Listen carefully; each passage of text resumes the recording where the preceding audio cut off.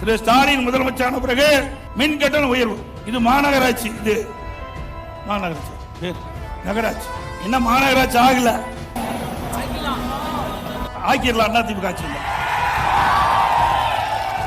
இந்த மாநகராட்சியில மின் கட்டணம் 52% உயர்த்திட்டாங்க. வார்டுக்கு 5% உயர்த்தப்படும் என்று அறிவிப்பு கொடுத்து உயர்த்திட்டு இருக்காங்க. ஏற்கனவே 1000 ரூபாய் நீங்க மின் கட்டணம் கட்டிட்டு இருந்தீங்களா, இப்போ 2500 ரூபாய் மின் கட்டணம் கட்ட வேண்டும். கடவரி 1000 ரூபாய் கட்டிட்டு இருந்தீங்களா, 100% உயர்த்தப்பட்டு வீட்டு வரி, சார் வீட்டு வரி 1000 ரூபாய் கட்டிட்டு இருந்தீங்களா, இப்ப 2000 வீட்டு வரி கட்டணும். 100% உயர்த்திட்டு. கடவரி 150% உயர்த்திட்டாங்க.